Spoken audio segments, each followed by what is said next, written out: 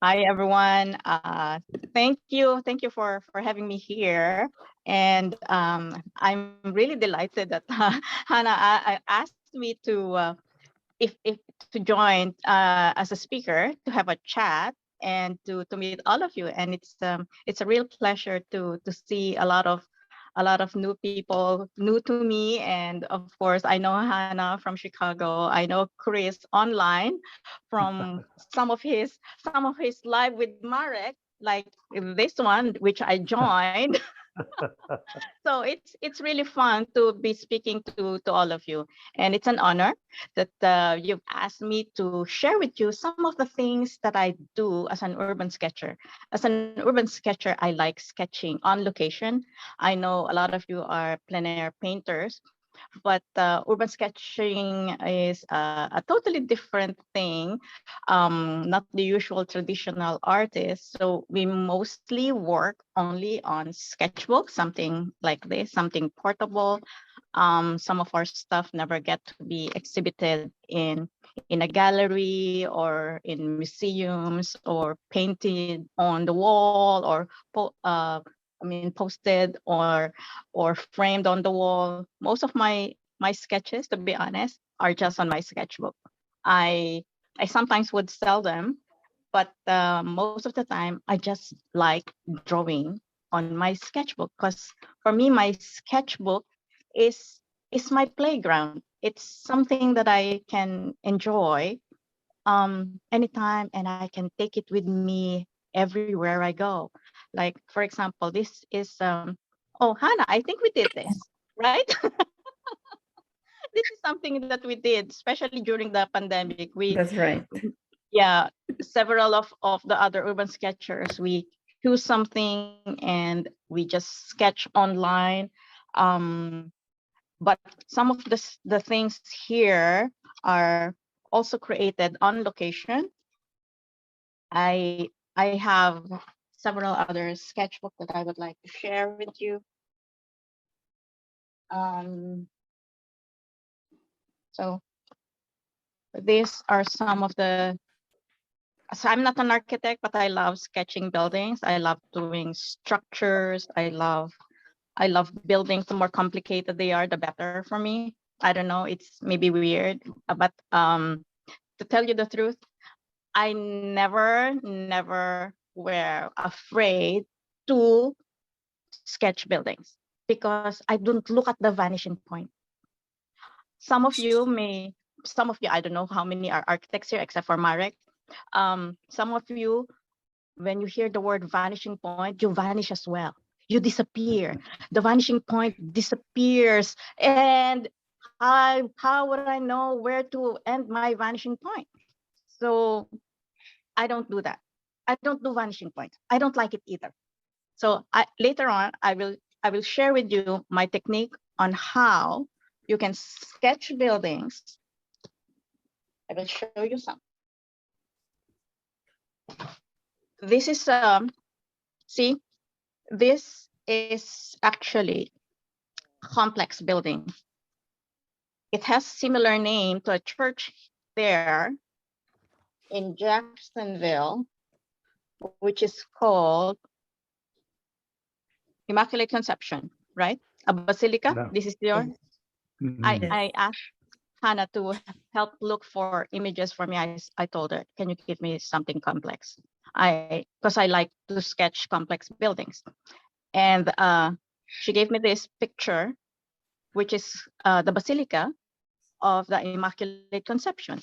And this is a sketch I did in Guelph, Ontario, having the same name as well. Mm. Basilica of Our Lady of Immaculate Conception. So my sketchbook is not big enough to have the overall drawing. So what I did is sketch it diagonally. See, if I cannot fit the whole building in my sketchbook, I try to look for ways on how to fit it.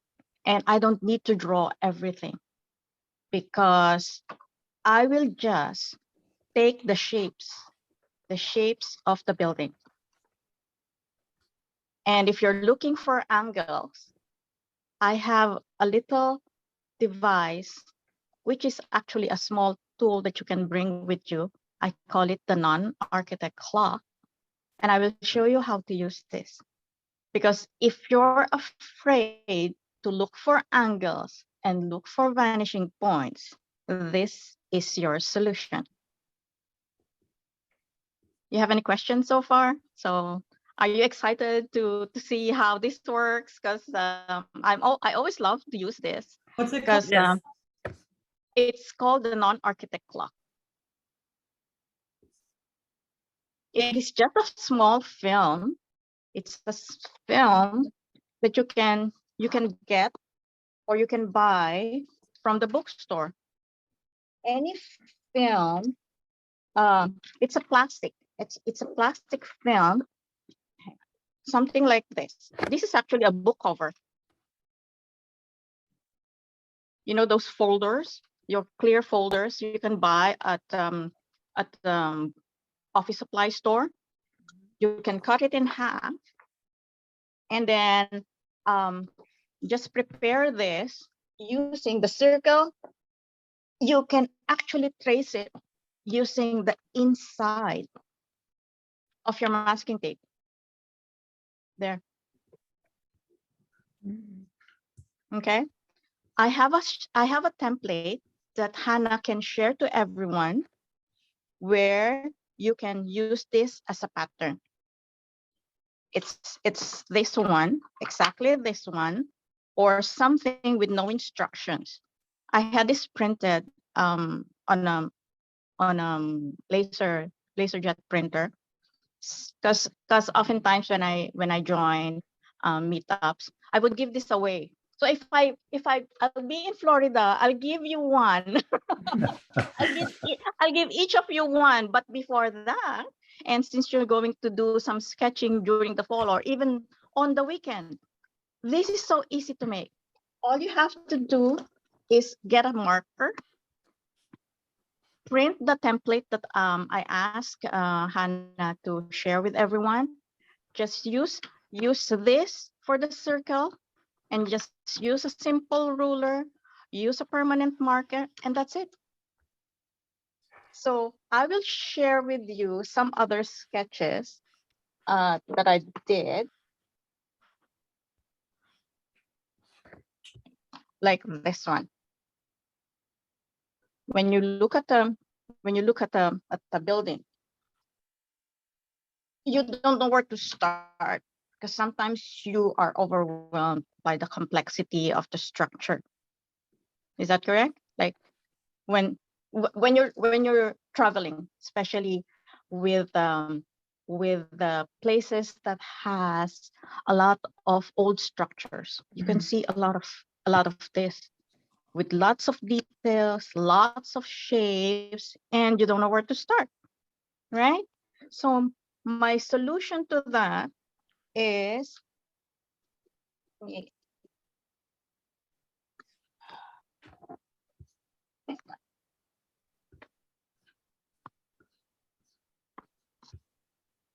if you cannot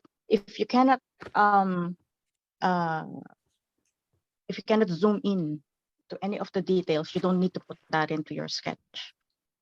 What you see here is the shape of the triangle, is the shape of the dome of the church or the building. I don't know if this is a church. No, this is not a church. This is a palace.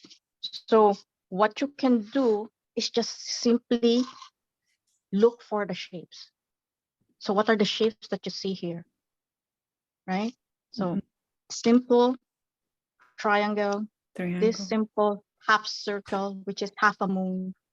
But to make it easier for you, let us do something which is familiar to all of you.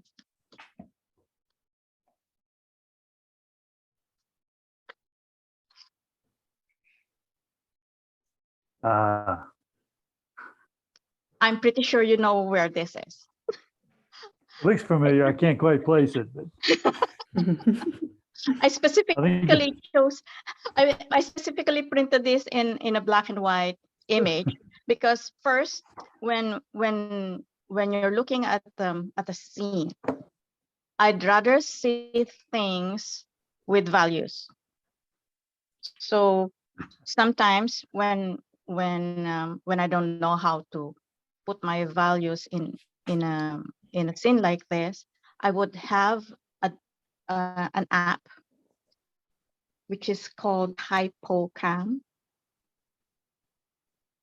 and it can turn anything. It can turn your camera into black and white. If you have an, I don't have an, I have an Android. If you have an iPhone, I think you also have an option to turn your images to black and white. So I would see my values, especially when it's in black and white. If you want to sketch something like this, and you don't know which angle this is, and you don't know how to use and how to look for the vanishing point, don't look for any vanishing point. Use this. You have to eyeball. You're looking at, let's pretend that you're looking at the street, right? And you want to include this in your drawing. So if you want to have that in your drawing and you don't know this angle or this angle, you have to just put an imaginary horizontal line, get this intersection, put the center of the non-architect clock right there, and this angle plus this is pointing at 1, right? Can you see it? Yes. It's pointing at 1. Now you have, let's pretend you have your sketchbook here. Okay. Oops. It's glaring. Sorry. Okay. So you wanted to know this angle to put this, but where do you start? From the base here, right? And you want to know what angle that is. You can either eyeball, if you're looking at me, I don't know if they can see. You can eyeball either just look at the angle of the building, put that there, and then add it onto your paper. So for that, you can put that there and then add it onto your paper, eyeballing it, right? But if you have the non-architect clock, same situation, wherein you have to look for your horizontal line and then find the intersection right there, move the non-architect clock to that point, and your angle, this is the angle of the building, it's between 2 and 3. I'm just putting the paper behind it so you can see, okay? Right? Can you see that? Yes. Okay, so it's here. If you're moving it onto your paper, sample, you have the vertical line. I think you don't have any problem. It's the angle that has a problem. So you don't know the angle here. So it's between 2 and 3. So it's right there. You can mark it on your paper. I'm just using this, but you can use pencil, of course. And that's the angle of this shape. Okay. So going for this one, of course, you can either measure it using your pencil again. Of course, you eyeball it and mark it how many length of the pencil you have or your pen. Put it there and then measure it there. Just put a dot simply to mark it, and then finding this angle, you will put the non-architect claw on that angle, and it's at 1. Okay? So imaginary horizontal line, putting this here. This is at 1 o'clock. It's right there.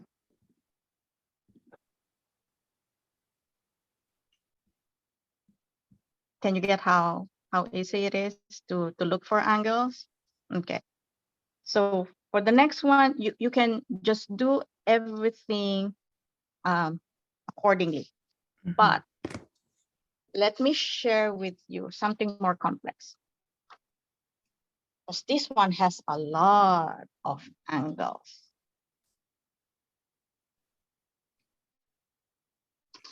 Okay. So this is your sketchbook again. And when you're looking at the structure, you have to break it down. You have to break it down into different shapes. So it will be easier for you to draw. If this is your horizontal line, how many shapes can you see here? My first major shape is this one. The big triangle, yes. See, right? You have a triangle there, and you have this. Yeah, rectangle. Yeah, it's a rectangle, but it has an angle. Rectangle is flat. This one has an angle, right? So because you're an architect, you know the vanishing point. And so many other shapes here, so many triangles, triangle, triangle, triangle. But if you break it down to small shapes, it's easily recognizable, isn't it? Yes. Right? So all of this, when I was sketching with another friend in Melbourne, she has difficulties looking for the vanishing point. If you have a building, instead of drawing this angle here, she would write it that way. Her angle is vanishing to the other point. It's going up to the heavens. So I told her, why is it so complicated for you? What can't you say? I don't understand it. I don't understand vanishing point. Isn't it just like a cake? Cake? What do you mean? Layers of cake. What do you mean? Layers of cake. Layers of cake. Layers. Layers and layers of cake. Oh, is that so? Okay, make that cake square. Okay, so how do I do that? Square cake on top of each other. Square cake. It's still a wedding cake. Oh, now I can see it clearly. Because her image is of a cake instead of a building. To simplify things, you have to just look for shapes that's familiar to you. So for this drawing, it's easier to see triangles and rectangles than a complex shape, right? So everything that you can see are just shapes. They are just simple shapes. And any other details, if you cannot see clearly, actually it's better if you don't see it clearly, because you will just be looking for the shape. Okay? So for this one, we have the base, which is your ground. Okay? But this ground is also angled.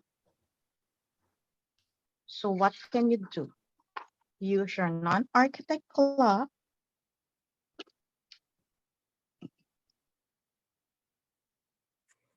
that is supposed to be. Can you see?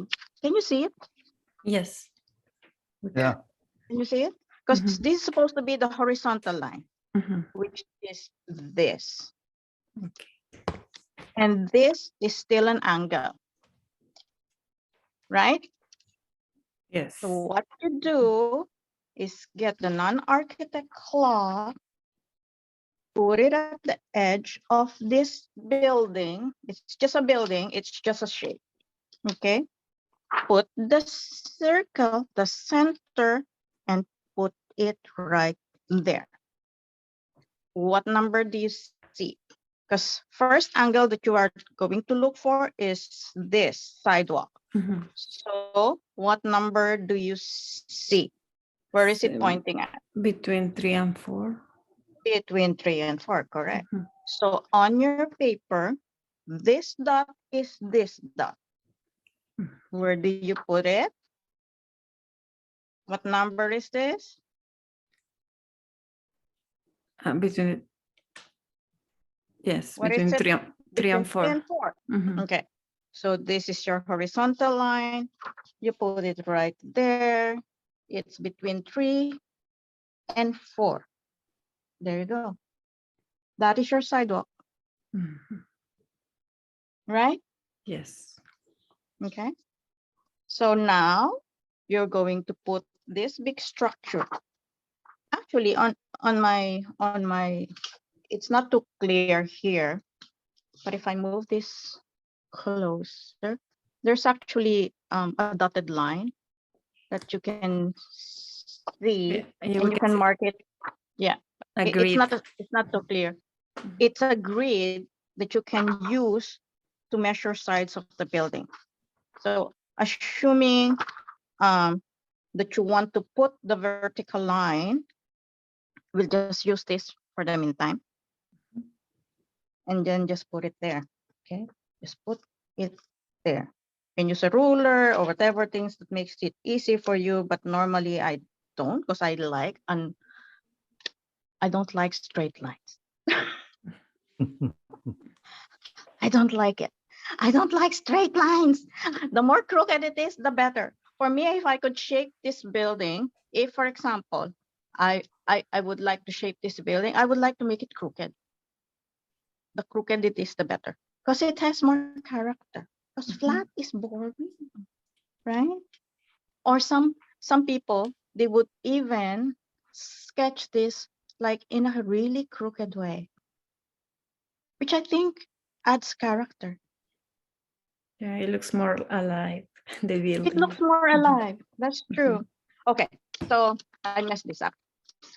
Okay, so we did this, and we have between 3 and 4. Okay, 3 and 4. So that's the angle. That's your sidewalk. And first, let's draw the big structure. Okay, so this angle now, we don't know this. Same principle as the other one. You look for that point and you mark. Between the 2 and You 3. see? Yes. Okay, between 2 and 3. Mhm. Closer to the 2 than And the 3. actually the 1 is exactly on the dot. Okay, so you have 2 marks here.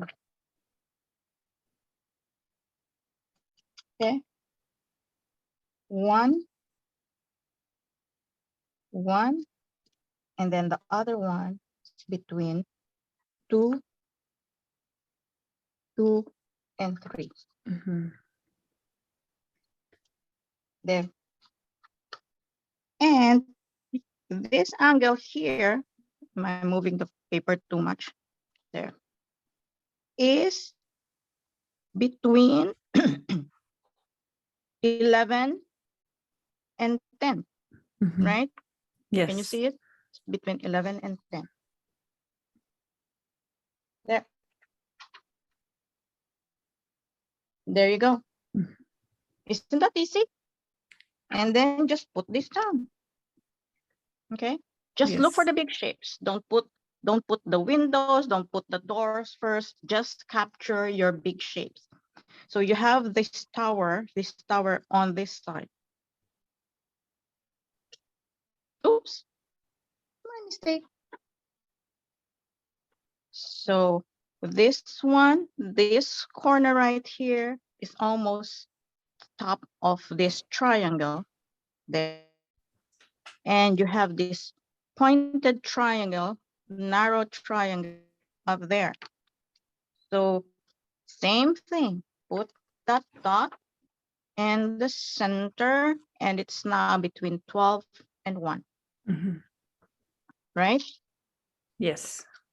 Okay. So from there, between 12 and 1, it's just right there. And maybe that one is not to trace, right? And then same thing here. It's right on 1 o'clock.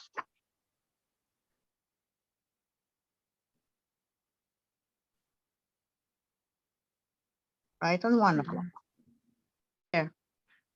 Oh, this one, tall and narrow. Put a center there, and then here, make it easier. Sit between 12 and 1. But how long is this?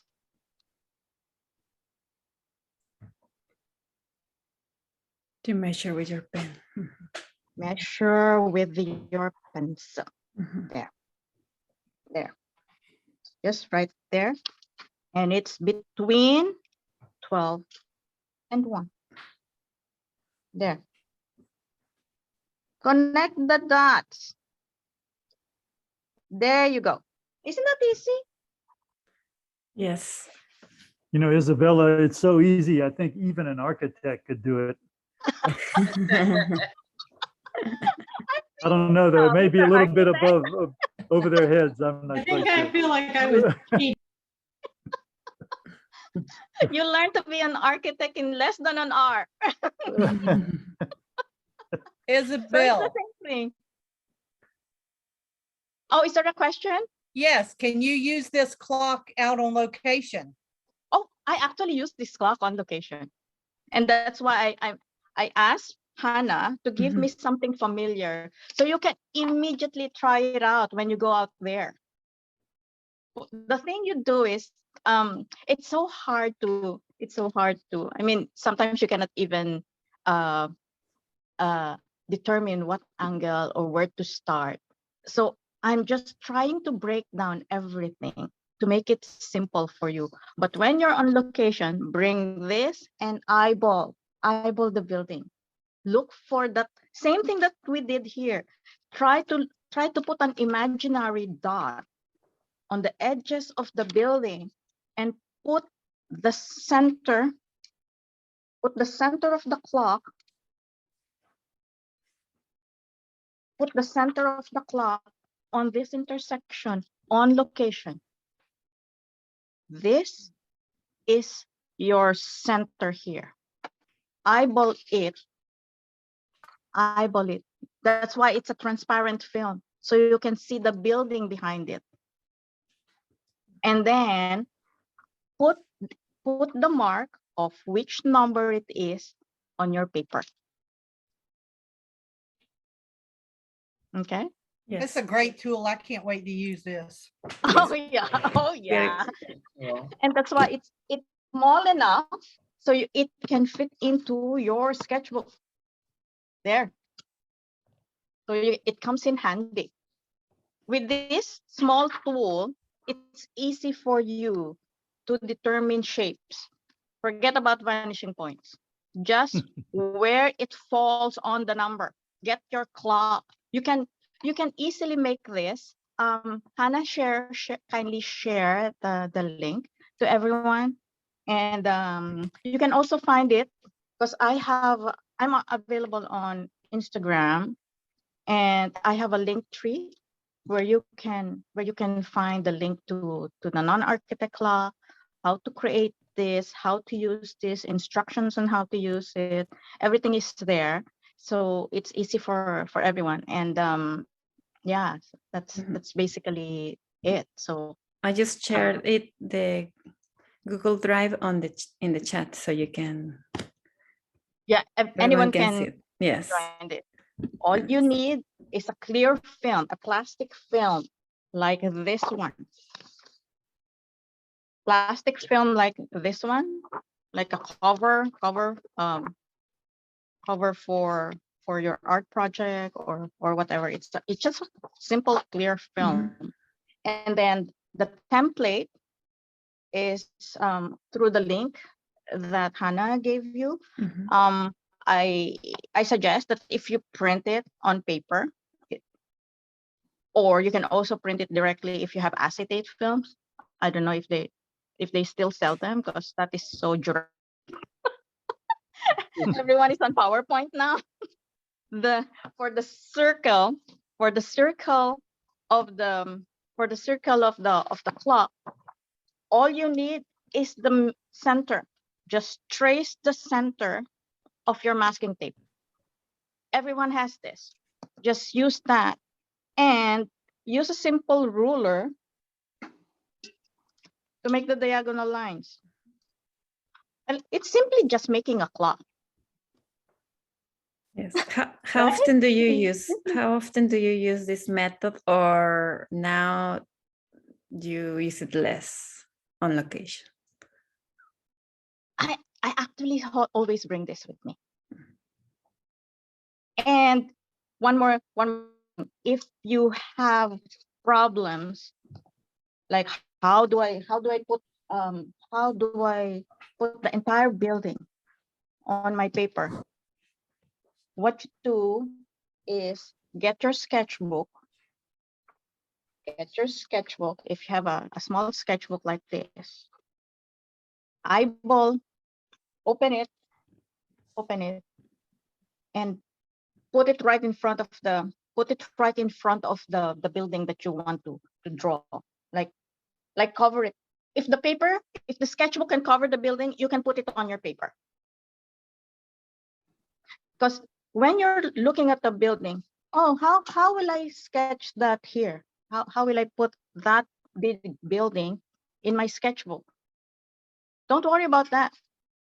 Just get your paper and cover the building with your sketchbook. If your paper can cover the entire building, you can put it on your paper. And sometimes what I do, if I'm looking for the shapes, I would get a pencil and sketch side by side on the building. It makes it easier. Almost like a viewfinder, kind of like. Yeah, it's like a viewfinder, except you're sketching right next to it. The first thing that you only have to put is the shape of the building. Don't put the details yet. It will make things easier. Yeah. So do you have any questions is this clear? I can do everything all over again if something's not clear. If you have any question on how to use this. It was very clear, thank you. And I think we would like to see more of your sketchbooks where you use this method, and maybe some of the materials that you use, because you use different styles, right? Not only watercolor. Oh no, I also have okay. So no questions about the non-architect law? Everything's clear? Don't be shy. Don't be shy. Or if not, you can also message me, and I can also do one-on-one if you want. If something is not clear, just let me know, because this is a really handy tool. Okay, first things first. We're done with this. Let me, which one do you want first, Hannah? My sketchbooks or the materials that I use? Maybe a little bit of your sketchbooks. Now we can see, to understand more your drawings. Now that we saw your method. Okay. So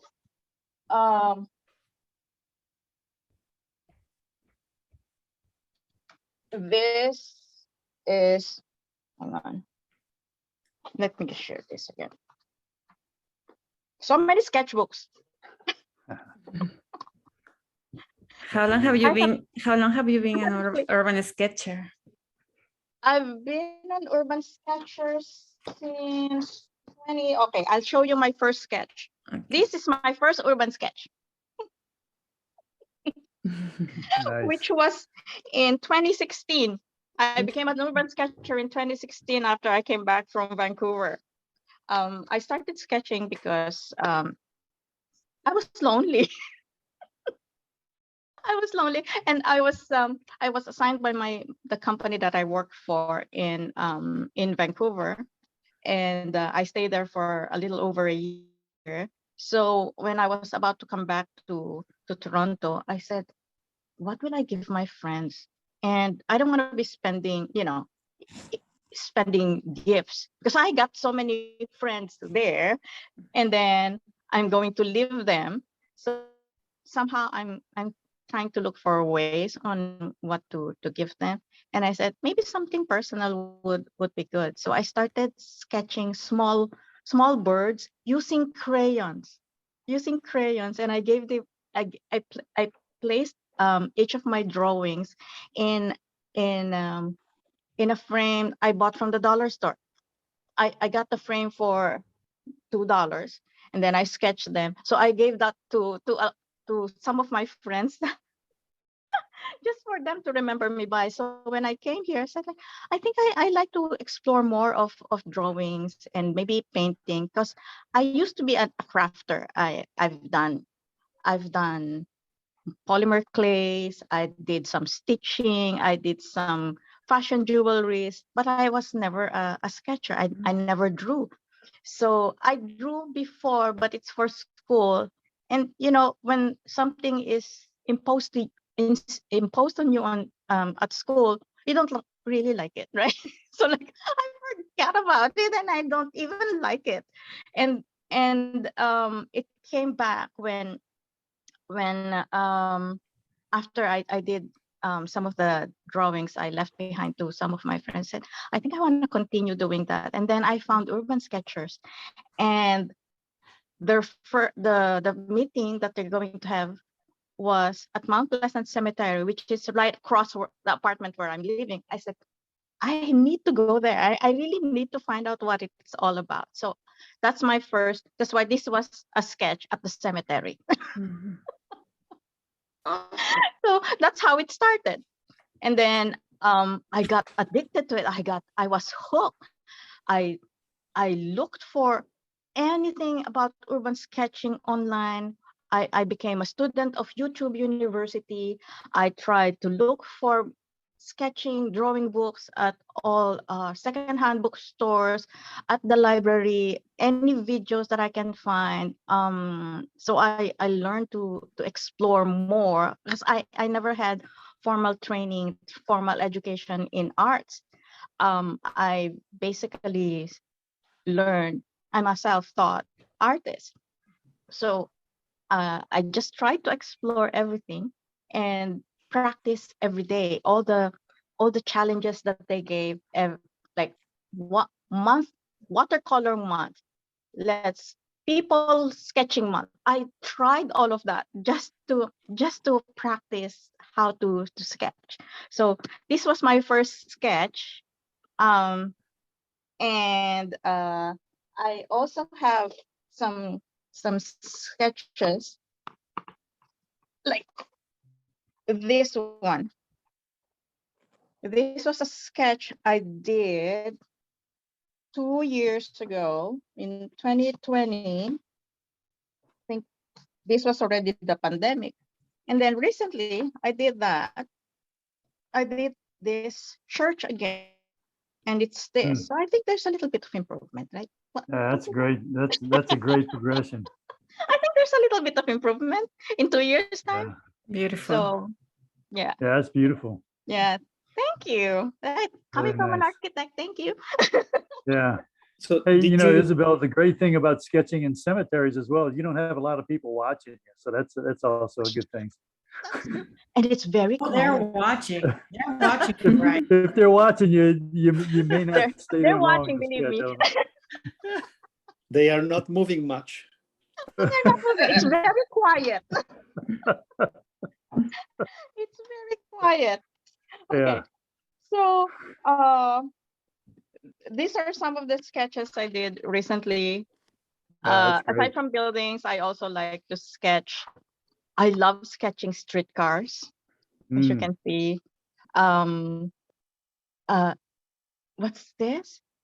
Those rusty trucks. Paul Houston is good at doing rusty trucks, and he would do that sketching rusty trucks using micron or marker pens, and which is actually incredible. And if you know how to do more architectural drawing and perspective drawing, he has several videos on his Instagram. Maybe you can also check on that. Or if you think it's really complicated, just use the non-architect law.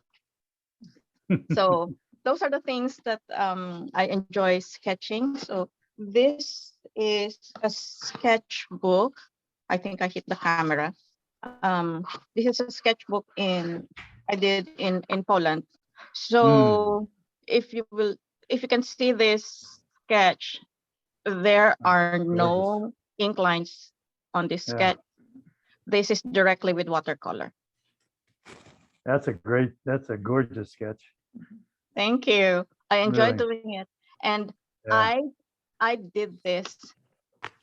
This was actually testing the colors on the palette, because a paint manufacturer in Poland asked Marek and I if we can test some of the colors, and these are basically different types of ultramarine blue and burnt sienna. So these are all ultramarine blues and burnt sienna, and I was just testing it one by one using a favorite brush of mine. I'll show you some of my favorite brushes.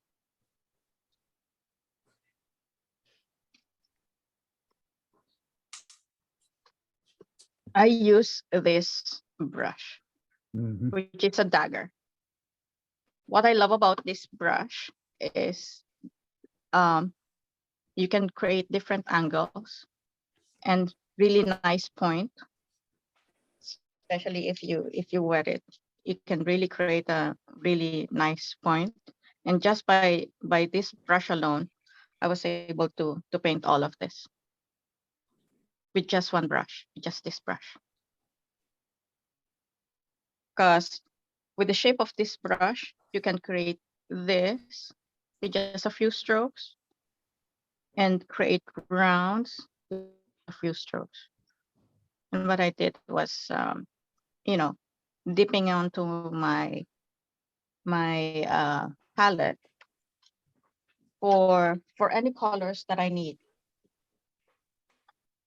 This is a palette. This is what I usually bring with me on location. Something small like this, a metallic palette that I so use on top of my stablo. This stablo is a portable easel, magnetic easel. And this is a brush holder. Oops. There. Oops. It's hard for the camera to see. Can you see? Yes. Yeah, okay. Let's remove this because the camera is too low. Okay. So there. This holds several of my brushes. There's different sizes. Maybe we can just use a shorter brush. There. Still not holding. Sorry about that. Oh, here. That's great. Let me spotlight. You can show us in that camera. There. Oh yeah, in the other camera. Hang Yes. on. Yeah. There you go. So this is my setup. Usually Mhm. there. First, I will show you how I will put my sketchbook. Mhm.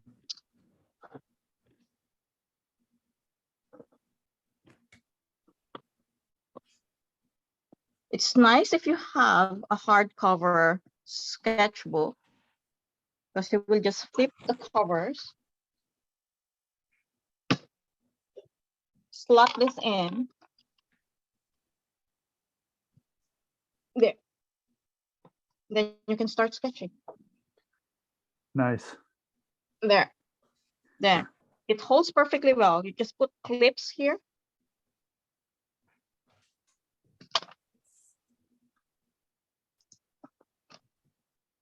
It's pretty neat.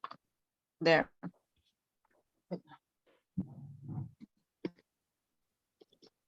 I need this whole setup.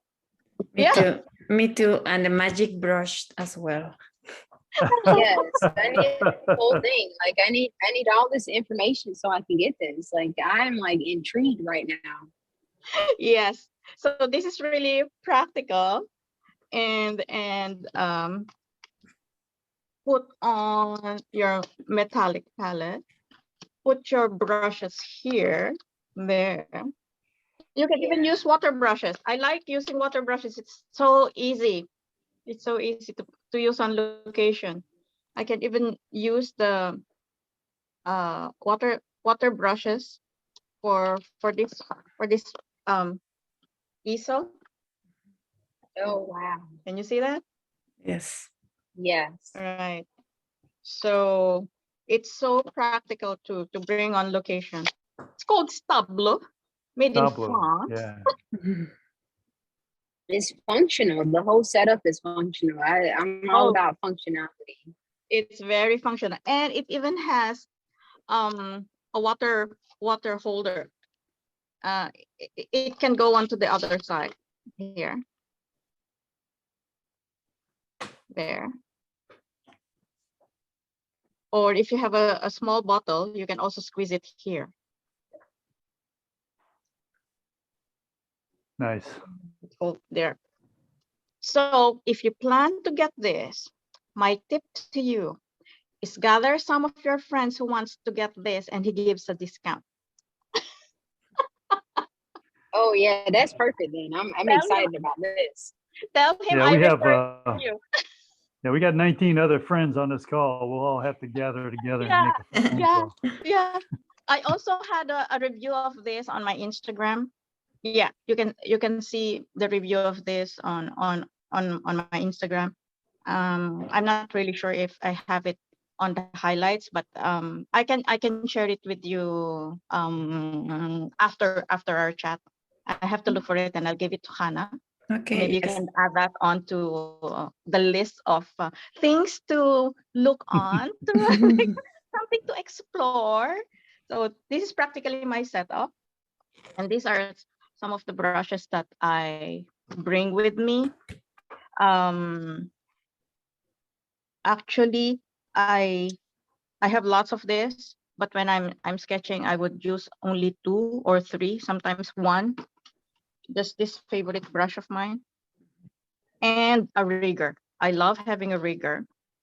I love having a rigger with me because I just love doing details using a rigger. What brand Yeah. of rigger do you have? Oh, actually, I don't know. Oh, this is some other. Any rigger, and this one I just got recently is a Tintoretto. Hmm. Look at that. Look at this pointy thingy. Yes, I love a Yeah. rigger. They get to a really nice point that you can't get Yeah. with certain things, and then it holds so much water, so it's perfect. Yeah. I love this because it's soft. It's very soft, and you can create that very, very thin line. Really, Yes. really good for making boats, right, Chris? Yeah, I agree. Yeah. I know some of the rigging the when Chris is doing a lots of boats. Oh my God, that's remarkable. Very the thinner, impressive. the thinner the So- better. Yeah, we'll have to find some shrimp boats down here for you to come sketch with us. Oh yeah, sure. Oh, for my pen, I'm pretty much like the foodie dude. I also like using the foodie, the foodie gal. I'm the foodie gal. The I food love do using the that. foodie. You have Yeah. the dude and the dudette. Do that. So I love using the foodie because it's a really practical pen for me. And these are the two that I really like, because especially this one, because it's lighter. So I think you're familiar with it. Marek has discussed this gazillion times on his on his lives. Anything about the food, you better ask him. Anything about fountain pens, you can ask him. But these are the two of my favorites when I'm going on location. And the ink that I use, what is that? Is a carbon. It's a carbon Yeah. platinum carbon. Isabella, do you like to do your ink sketch first, or do you put the color first and your ink later? How do you proceed with your sketches? I actually like doing watercolors first, Yeah. especially Nice. if it's complex. If Yep. it's a complicated shape, I like putting down the shape of the building first. And oftentimes I would like to spatter on my paper. Mhm. So the messier it is at the start, like I would Yeah. spatter on my paper without thinking. Because Yeah, believe it. that way I will be more relaxed. Like Yeah. I won't be too precious sketching, because I like it when it comes spontaneously, I mean. Mhm. So I would do that. Oh, by the way, this is actually water soluble ink Yeah, that's a great that I sketch. use to with use. yeah. So this is also one practical sketching style that I use. Just water soluble ink and a water brush. Hmm. That's You know, it the really helps your confidence, when you add the color first and you don't worry about detail. So many of us try to get right down to detail and you get bogged down early, but when you splash the color and then ink later, Mhm. it's a great way to build your confidence. True. That is true. That is true.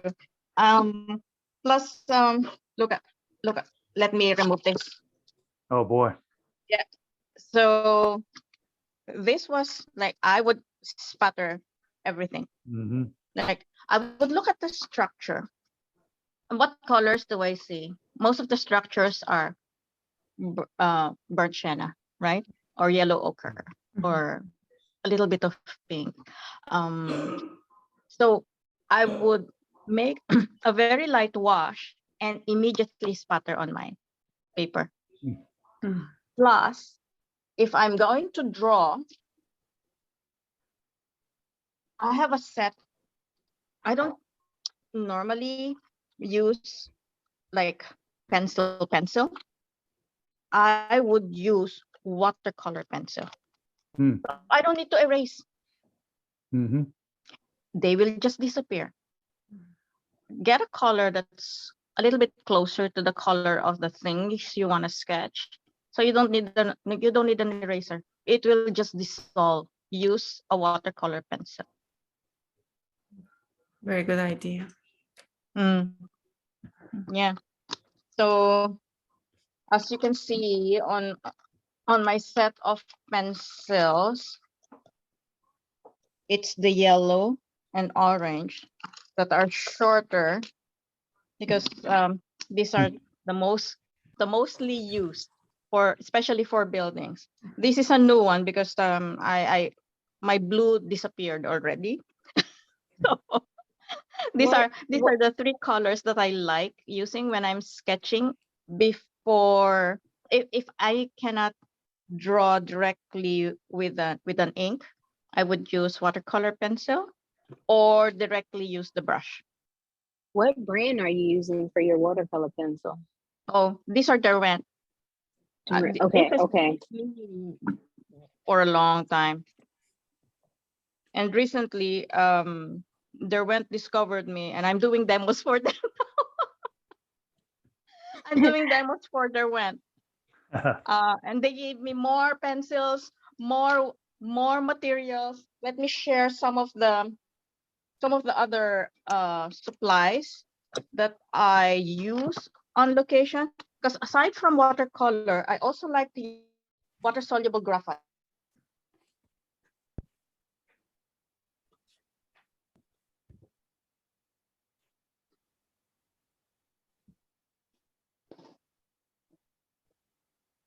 All right. Okay. Okay. These are the Derwent materials that I got. They have ink pens. Such a small space. I need more space. This is an ink pens. I don't know if you've heard about them. Oh, those of you who likes making flowers and something metallic, this is so beautiful. I love the ink tents. Me Oh, too. great. Someone who knows ink pens. Yeah. I love ink pens. And what I like about this, if I want to make shadows on a building, I use this blue because it will not lift. Even if the shadow moves, if the sun moves, of course, it will move in just a few minutes. I would put my shadow, like the shadows on a building, I would immediately use this to mark the shadows. And if I put watercolors on top of it, it will not disappear. It will not lift. So that's what I like about the ink pens. And this is water soluble graphite. And as you can tell, the two colors that I often use, because what I like about water soluble graphite is mostly grays, right? And they're more subtle colors, and it's really good for value sketches. And it is very practical to bring, although it cannot, because it's plastic. What I did, so it can stick onto my stablo, I added a metal strip at the back. Because I love taking this set with me, and also the intense. So as you can see, these are blades. These are blades from my X-Acto knife. As long as they stick onto my stablo. So Nice. yeah, that's it.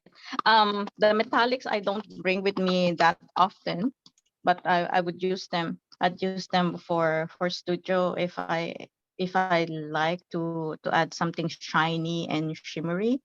But I was able to use this when I saw a golden metallic car. So it was perfect. It was perfect for me for drawing that.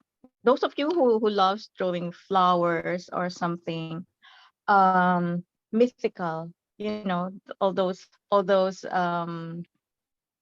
mystical creatures that you want to paint, oh, this is so nice to use. But aside from buildings, I also like sketching cars, so I would take this with me when I just want to have a sheen of shiny sheen on a car. So that's what I use. Three different sets. Of course, don't bring all of it, otherwise it's too heavy. Or what I like about their case is you can lift this and you can put it onto another set. I don't want to mess anything, so but it is practical. There you go. Okay. You can mix and match. That's There. nice. That's nice. Very good. Mix and match. So just bring the things that you want to that you use often, and then put it in one palette. Take it with you. But I love my favorite is, of course, the ink pens. There you go. What else can I share with you? Or do you have any other questions For for? the size of your sketchbook, like what is your favorite size? I think that you use a lot of like horizontal sketchbooks. For my sketchbook, I actually don't have a preferred size. I work practically on this size. This is a comfortable size for me. What is it? A 7x9, I guess. So what is this size? Oh, sorry, I hit the camera. So this is more like a there. Oops. Yeah, 9. Yeah, about a 7x9. So most of my sketchbooks are this size. What's this? But is this an A3? This is not an A4, definitely. This is maybe an A3. Oh, this size. Because it's nice to bring it. I can put it in my purse. So this size is nice to use. I actually prefer a landscape sketchbook. But, I like doing the diagonals if there are complex shapes. I think like your this. signature sketch diagonal, it looks really good. And Yeah, it adds dynamic. character onto it. Yeah, it adds character to your sketchbook. For this sketch, I actually started just putting on the shapes, and then I added the ink after. I didn't use the non-architect clock with this one because I don't want to be precise with the angles. I just want to have the shapes, the shape of this building and that. And so if you can see here, oops, it's not as clear, but the initial shape of the building was up to here. Yeah. And then I just corrected myself after drawing, the main structure, which is this one.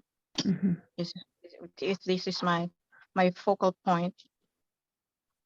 So I started here. I'm all over the place. I started here and then I moved up there. And then I realized, oops, my watercolor is too far. The edge is here. And the sides of the building is only a little bit higher than this cross here. You can always correct yourself. Anyway, it's just your sketchbook. It's just for your viewing pleasure. And then if you want to make a grand painting out of it, then you can plan better. But for me, my sketchbook is my playground. I can just enjoy my art materials and the scene and then relax while I'm sketching. So that's how I treat my sketchbook. Yeah, and what kind of sorry. I was saying, what kind of paper like is this for your sketchbook? Because it flattened out pretty good. So This is Honeymuller. This is Honeymuller tinted sketchbook. This actually has a little bit of blue, so it doesn't it's not too bright when you're sketching outside. It's nice to sketch on. It's a little bit bluish gray. They have also the brown. They have a tan, and this is like a gray tinted paper.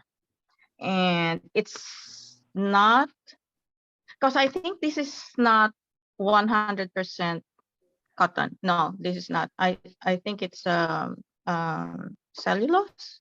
I'm not sure about the material, but yeah, it's not 100% cotton. which is something I like because when you're out on location and it's 100% cotton and it's cold and it's damp, your paper doesn't dry immediately, and you want to, of course, when you're sketching, you want to do it fast. Like I'm usually done about an hour and a half on location, especially if it's too hot or you want to capture the light, so you have to do things quickly. So when it's 100% cotton, it takes forever to dry. I cannot use 100% cotton on location. I can do it at home, but on location, I don't like 100% cotton. I agree. The same thing. I did the same thing one time. I brought some paper to go to Amsterdam for the Urban Sketcher Symposium, and it was 100% cotton, and it drove me insane because it would not dry. It took so long. And it's 40 degrees.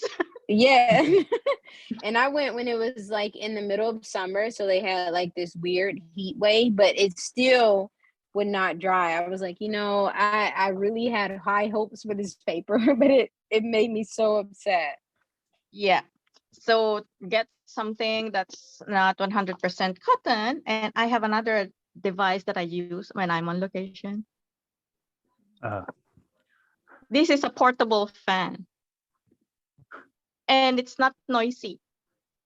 So sometimes when I'm doing demo and I need to dry something, I don't use a hair dryer. I use this. See, it's on. And it has 3 speeds. You can get this at the Japanese dollar store. So practical. That's pretty good. Yes. I like that. Yeah. Yeah. And it's cheap, maybe $4. We need to use that here in Florida. Yeah. Yeah. Maybe you can look for it. I think I got that in Miniso or Daiso. Japanese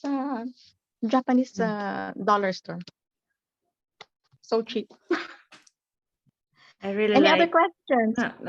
I really like the style and how you sketch in diagonal, because I want to put everything in the image, like everything I see, and I always feel sad that I didn't get to enjoy sketching the architectural details. No. So with this aspect, I feel I can just focus on like in the towers of a church or like those things. I always like miss that part to explore and play with those things. So I think it's a good approach. Yeah. That's also why I like small sketchbooks. So I can just play around with angles and and it's easier to post on Instagram. If it's a huge paper, my arms are not too long. I cannot reach out. That's right. So I enjoy using a small paper, something easy for me to hold on to. These are gouache. So yeah, small sketchbooks are great. Oh, this is fun because look at his plate. These are his actual plate. His and hers.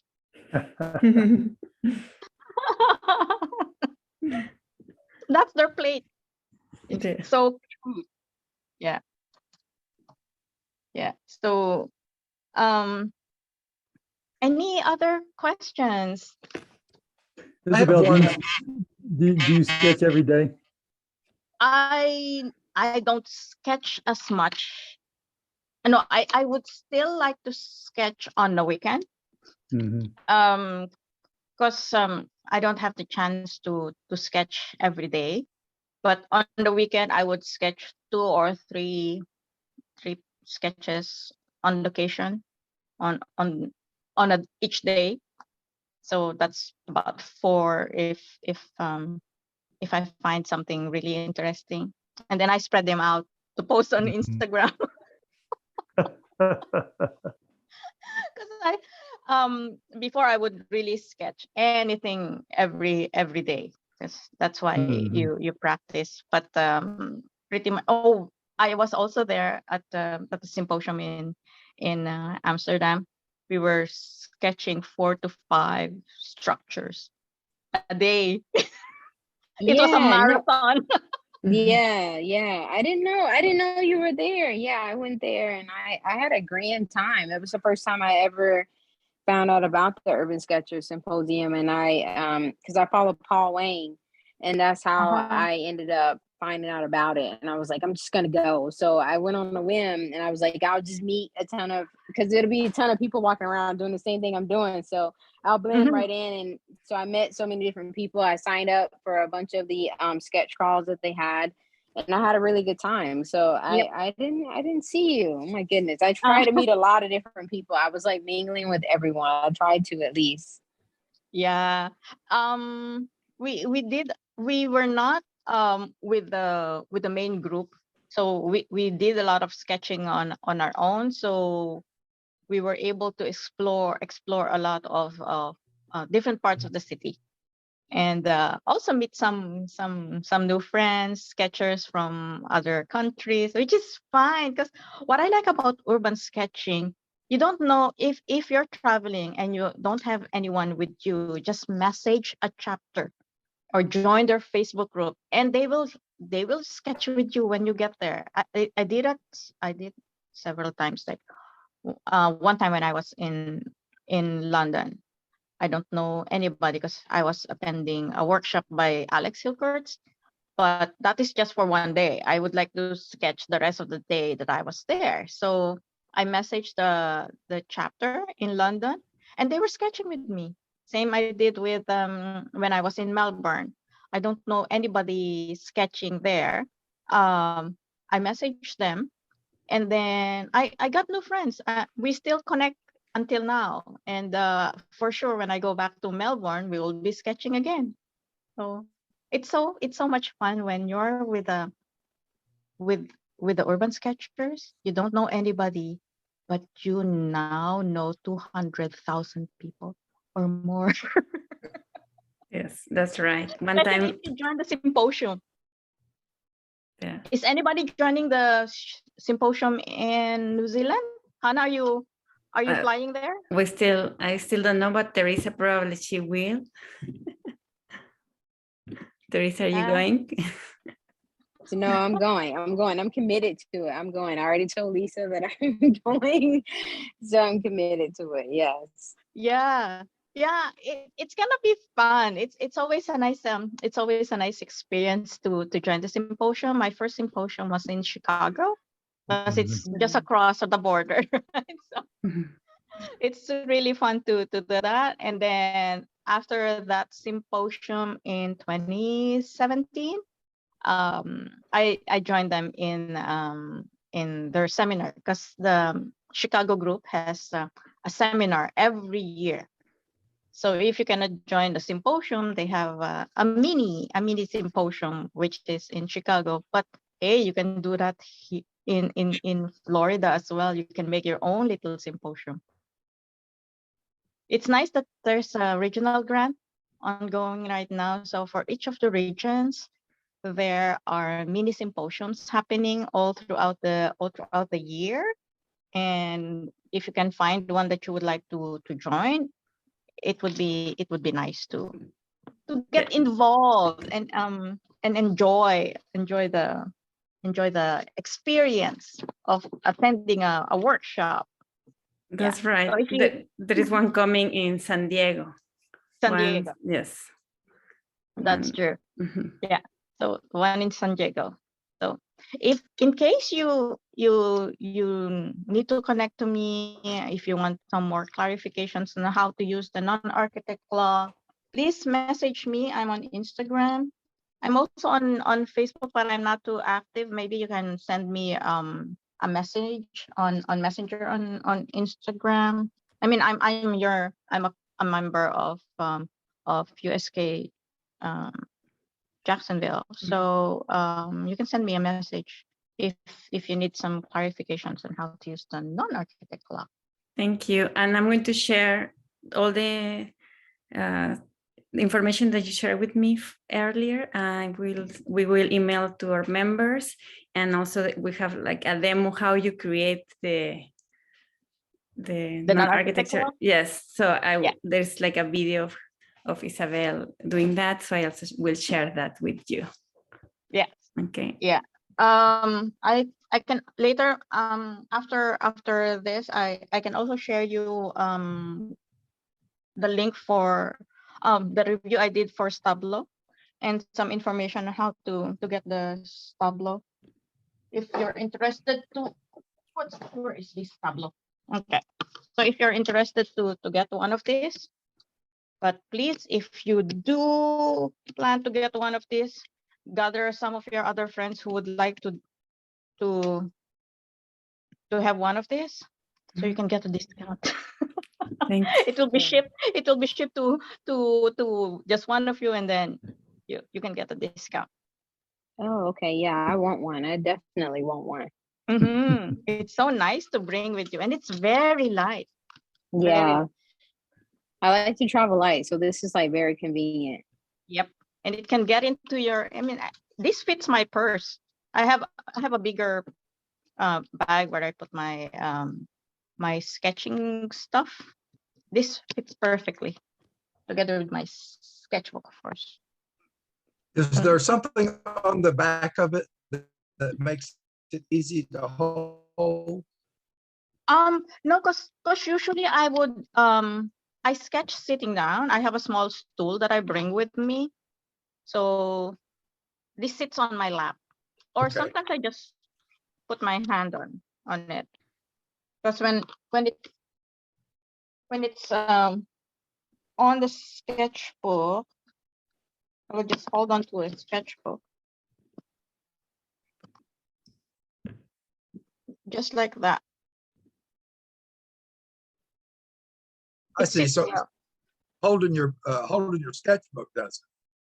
Yeah, holding my sketchbook. Yeah, There. that's pretty cool. Yeah, Yeah, that is. it is. Thank All you. right, Does it work Patrick, looks with a like large- yeah, Does it- Patrick, you and I and Teresa are going to be the first three, I guess, to have to order one of those. So we'll have to Yes. form a I think that line. would- Yeah, I think that would work for me. Yeah, that work- would. That'll work for me too. Yeah. Does it work Oh. well with a larger sketchbook? That's because your book is what, 5 by 7? Does it take like an 8 by 10 or? Yes. If you have the Etcher sketchbook, the perfect sketchbook, it can fit here. Mhm. Because this is Okay. an older model. I believe his new one can actually be lifted a bit, so it can squeeze in your a thicker sketchbook. Hang on, where's my? You know what? I've been dumping my sketchbook left and right. Oh, here. This is a very thick sketchbook. The cover, and it can still fit.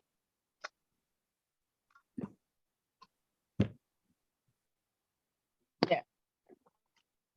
It fits perfectly. There. Mm. There.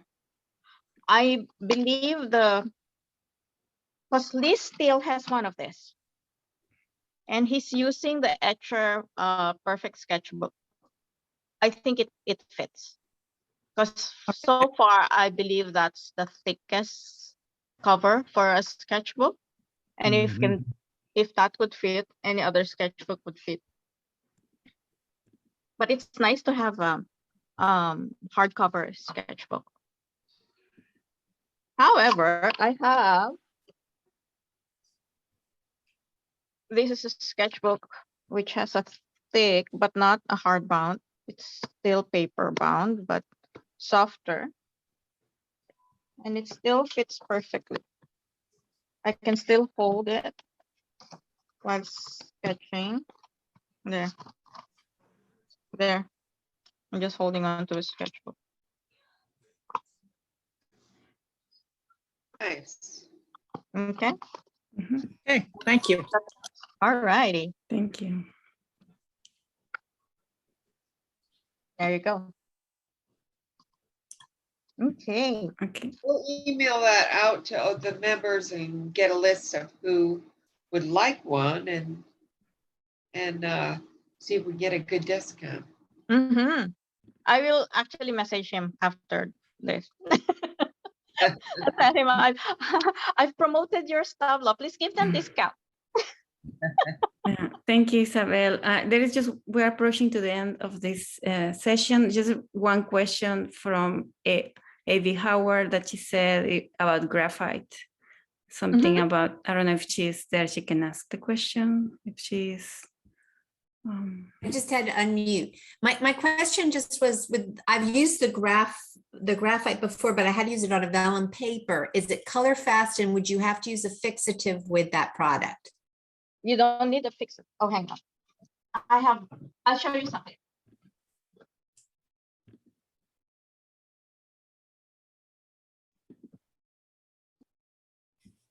I've used it and I'd say you wouldn't need a fixative, but I don't know about the color fastness. Because I have a demo for Derwent next month. So this is my swatches for graphite. It doesn't. So it's pretty color. It looks like it's pretty color fast, and you don't have to necessarily put a fixative on it. No, you don't need to put a fixative. And does it I do believe all it's right color in fast. bright light? Does it do all right? Will it hold up in bright light? Oh yeah. Yeah. Cool. There. Thank you. You see it? Mhm. Yeah. And some of the metallic paints are I swatched a bit on the darker hues. Mhm. So that is it. The I know graphite, palette. the watercolor graphite, they have both in pencils and the palette. Pans. Derwent. I think it's the same. It's this. I'm not really sure if it's exactly the same Okay. for the pencils, because I never tried the graphite pencils. I only have the palette. Yeah. Okay. Thank you. Yeah. So far. Yeah. These are some of the things that I created with graphite. Beautiful. Yes. That's a demo I did for them, and this is some of the metallics. Those metallics are beautiful. Really? Yeah, you can see the Yes. sheer. Those are the things. What kind of, you said that's the Derwent paint, right? It is like, yeah. Okay. So they don't have real watercolor. They have the intense, which is something that I really like. So, this Wow, is that's the. that's Sorry. a great one. Oh yeah. That's a great watercolor right there, Isabel. Yeah. I love Thank that. you. Yeah, this Yeah. is actually the graphite. Wow. Yeah, Very, that's very what you can nice. do with the graph. Did I do this as a demo? I can't even remember. Anyway, so that's what I did with the golden car. With the Yeah, I like metallic. that. Yeah, and I like sketching back alleys, messy back alleys. Yeah. So Very that's beautiful, beautiful, beautiful. things that they did with the for Derwent, and my diagonals was kind of like my diagonal sketches. Yeah, I'm definitely going to try that, the diagonal. Yeah, it's fun to do diagonals. Yeah. There. Thank you very Isabel, much. I have to say, you said you've been sketching since 2016, and that hasn't been that long, and your work is magnificent. Oh, And thank really, you so much. really, it's such a pleasure to see your work and certainly your progress. Your progress is fantastic. There's no architect that I know that can hold a candle to you. So you gotta stop hanging around with architects and keep making your own way in the sketching world, because you're doing a wonderful job. But it's great work, and I love that non-architect clock. I think a lot of the buildings here in Jacksonville, I think the design architects use that non-architect clock. They still don't understand perspective either, but anyway, it's all good. But I wanted to thank you as well. Thank you so much Yeah. for the time. It's always a pleasure to see your materials, see your style, and let you share your knowledge in sketchbooks. It's beautifully done, and you're very gracious with your time, and we all appreciate it for sure. Yeah. Thank you. Thank you Thank so you. much. And Thank So much. it was a real pleasure sharing what I know about urban sketching to all of you. Thing is, hopefully you can post and tag me if you use the non-architect clock, and let me know if sketching buildings is no longer scary for you. So that would be the greatest accomplishment that I did for Thank for you. sharing the Yep. non-architect clock. We will do that. Yes. Yes, please tag me. Please tag me if you're going to sketch buildings using the non-architect clock, and if you have any questions or anything that you want to clarify how to use it, please message me. Absolutely. Yes. We will Yes. for sure. Thank you so much. Thank you for joining us today. Yes. We hope to see you in person soon. Hopefully. Hopefully. Yeah, we will welcome you for sure. We would love for you to come down and visit us, and we look forward to the day you can. Yes, And that would be you great. might, you know, if you need somebody to carry your equipment, just have Merrick come with you, or you know, so maybe he can learn a few things from you, Isabel. I learned from him. Hey, Merrick, thanks for joining us too, man. It's always good to see you as well. Really appreciate your time as well. Always good to see the gang. Very much. Okay. Good night. Bye, Everybody- everyone. Good night. Bye. Everybody Thank take you. care. Thank you. Bye. Bye. Bye. Goodbye. Beautiful work. Beautiful work. Thank you again.